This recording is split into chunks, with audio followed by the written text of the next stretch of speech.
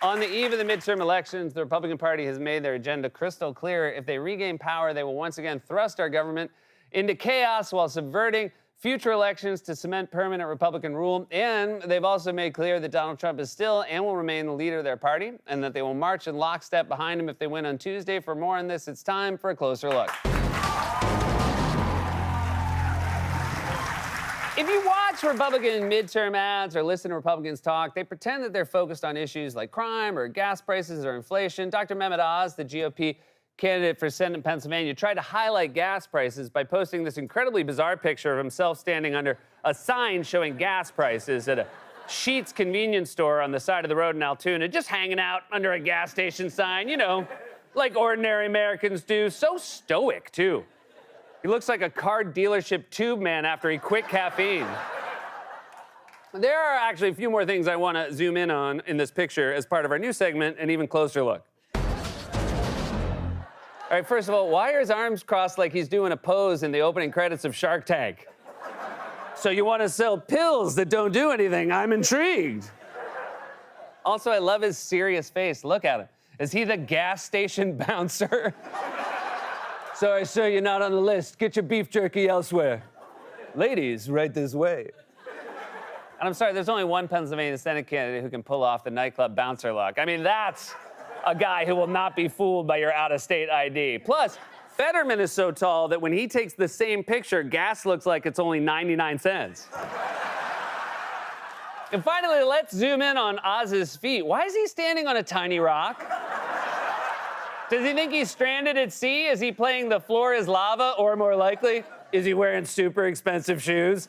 I stand for all Pennsylvanians on a tiny rock so I don't get dirt on my Bruno Cucinellis. This has been An Even Closer Look. So Republicans claim they're focused on issues. Oh, but Seth, you might say, didn't you just spend 2 minutes making fun of a picture of Dr. Oz? Yes, but I never claimed to be focused on the issues. Republicans did. And yet, when you press them for specifics on what they would actually do if they win, they don't really have any. That's what happened when Florida Senator Rick Scott, who's in charge of taking back the Senate for Republicans this year, went on Meet the Press and was asked if he could name a bill Republicans would pass that President Biden might actually sign into law. And instead, he just repeated a bunch of lazy Republican slogans. All right, let's assume you've got the majority. I'm going to take you at your word. You're going to get the House, you're going to get the Senate. What's the first bill a Republican Congress sends to the president's desk that you actually think he would sign? I think the issues, we've got to deal with inflation, so we've got to figure out how to spend our money wisely so we don't continue this inflation. I think we've got to do whatever we can to get this crime rate down, so I think we have to look at that. We've got to secure the border. So I think those are the things that we have to focus on. Yeah, but none of those are bills. We can all name issues. You know, we're asking for solutions. When you go to the doctor, he doesn't just point out a bunch of that's wrong with you and leave. Well, we got to do something about the gallbladder, and that heart's no good. Plus, a bunch of your bones are out of place, and you need a new kidney. Anyway, good luck with all of that. I'm going to go hang out under the sign at the gas station with the other doctors. So once again, Republicans are making promises they obviously have no intention of keeping. How many times do we have to go through this dance with the GOP before we learn that they're lying? Remember when they did the same thing with Obamacare for almost an entire decade? They said Obamacare had to be repealed, that it was their number one priority, and that they had a solution that would be so much better and cost so much less and give everyone great health care. Remember when Trump said all of this? We are coming up with something that I believe will be very good. A bill that's going to be a phenomenal bill. We're going to have something that's going to be much more understood and much more popular than people can even imagine. This will be a plan where you can choose your doctor. This will be a plan where you can choose your plan. And you know what the plan is? This is the plan. This is a great bill. There's a great plan. And this will be great health care. You're going to have such great health care at a tiny fraction of the cost. And it's going to be so easy. As usual with Trump, he couldn't stop overpromising. It's one thing to lie and say you have a plan when you don't. It's another to say that non-existent plan you don't have is the greatest plan to ever exist in the history of civilization. This plan is so amazing, you're going to get everything, perfect health care, completely free. And if you like your doctor, you can keep your doctor. You can keep him in your basement, chained to a wall. They'll be there 24/7 to serve your medical needs. The doctors don't like it, but you're going to love it. You're going to love it. Also, remember when he said it would be so easy. Like he was a dude trying to impress a date at a carnival. Hey, babe, you want that giant bear? No problem. Gonna be so easy. I can hit that clown's mouth in one shot. Not even close, damn it! The clown moved. I swear the clown moved, babe. No, no. I won't let it go. You don't understand. I'm gonna go to the sheets and hang out under the sign. That's two callbacks to the sheet sign. So if you know anything about comedy, there's probably one more coming. You're not out of the woods yet, Dr. Oz. Anyway, Trump was, of course, lying, just like the rest of the Republican Party. When it came time to actually pass a bill to replace Obamacare after nearly a decade, I'm realizing now it was a gun and I threw a ball, right? It just dawned on me, I mimed throwing, and it could be a tricky edit. When it came time to actually pass a bill to replace Obamacare after nearly a decade of empty promises, they freaked out like a hungover college freshman waking up in his dorm room at 6 a.m. with a blank piece of paper stuck to his face. Oh, this is due in an hour. Oh, let's see, what do I have so far? This will be a thesis where you can choose your thesis and you know what the thesis is. This is the thesis. Oh! The same thing is just playing out all over again, except this time all the lies and empty promises are concealing something much more nefarious. And that is the real reason Republicans want power, so they can rig future elections and install permanent one-party rule. And that's not just me saying that. Republicans are saying that.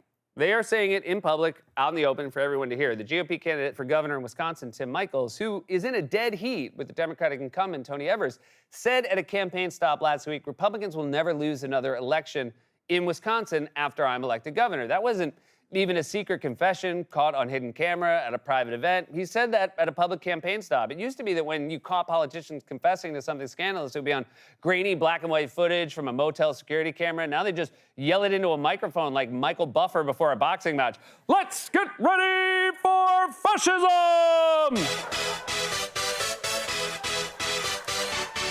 By the way, not the real song. It's a fake sound-alike. We couldn't afford the real one. Thanks to inflation. Anyway, the point is, the thing that really motivates Republicans is not the cost of living or gas prices or any of that stuff. It's election denialism. Trump's big lie about the 2020 election is now the beating heart of conservative ideology. It's their single obsessive focus and the thing that galvanizes them, as you can see from a rally Trump held in Miami last night for Florida Senator Marco Rubio, where the crowd actually chanted with Trump when he claimed the 2020 election was stolen. And by the way, just for the record, what you're about to hear from Trump, as if you even needed to hear me say this, is complete and utter nonsense. Just this week, the Pennsylvania Supreme Court ruled in effect that I was 100% right, and the 2020 presidential election in Pennsylvania was riddled with ballots that should never have been counted, far more than necessary to win. They stated that big things that took place in 2020 presidential election in Pennsylvania were not allowed. They weren't allowed to do it. Now, they did it anyway, but they weren't allowed. But they refused the court to invalidate the election. Instead, in the future, they say. That's true. That's true.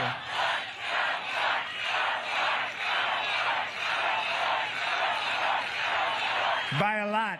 You know how when you read Supreme Court opinions, they always use language like big things took place that were not allowed. You can read all about it in Trump v. Bad Guys, Nasty Guys. But that's what really gets Republicans going. You can notice they're not chanting solve inflation or balance the budget. Also, in general, whenever an angry mob is chanting something, you want a politician who will try to calm them down, not respond by saying that's true. When the townsfolk showed up with torches and pitchforks to kill Frankenstein, Trump probably would have been there saying, you know what, you guys are right, we have to kill that giant green monster. We got to kill him with the bolts in his neck. Personally, I've always been more of a Dracula fan. We love Dracula, don't we? We love Dracula. I met him during a presidential visit to Transylvania. I was there. He came up to me, big guy, tough guy, tears pouring up his face because he was hanging by his feet like a bat, so the tears were dripping from his eyes down his forehead onto the floor. It was very special. He said to me, Mr. Trump, sir, I want to suck your blood. And I said, Dracula, You remind me of my son. Although, my favorite crowd chant during that rally came when Trump was ranting about his first impeachment, the one where he tried to extort Ukraine to help him cheat in the 2020 election, and he attacked one of the lead impeachment managers, Congressman Adam Schiff. So the speech he made was total, you know what? I won't use it because my wife always says, darling, don't use the word bull, so I'm not going to use it. Telling you, first lady. Don't use that word.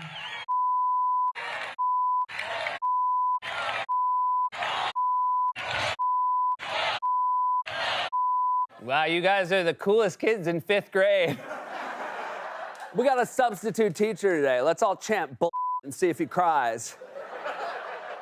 But Trump remains obsessed with the election and with his 2 impeachments, which is why Republicans have made it clear that one of the first things they'll do if they get back in power is use Congress to investigate their political enemies, impeach various cabinet officials like Merrick Garland, prosecute Dr. Anthony Fauci, and even impeach Biden himself, which has led former President Barack Obama to add a little comedy routine to his stump speech about how ridiculous that is. They're on record.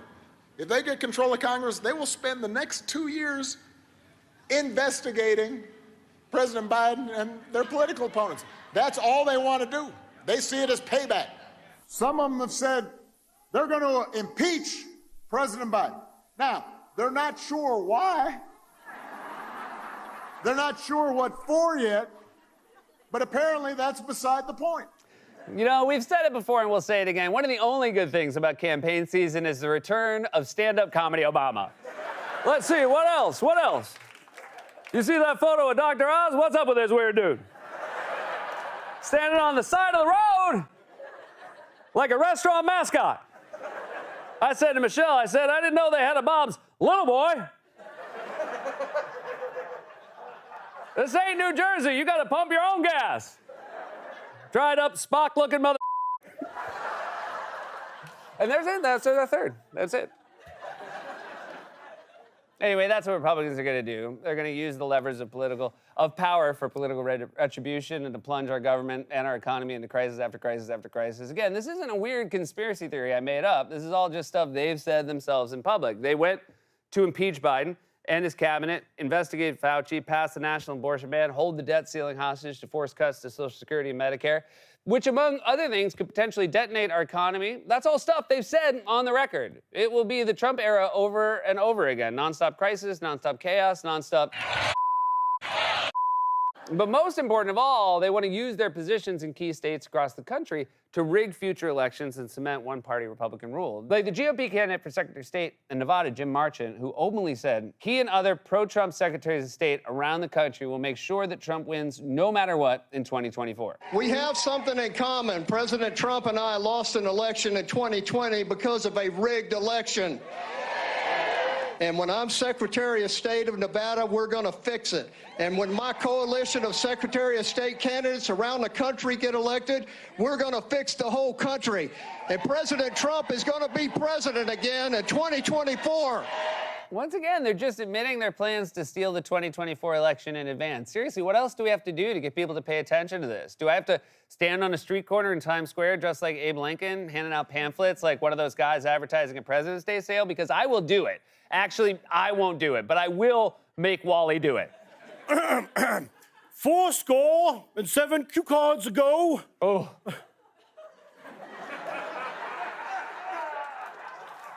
God. It's like...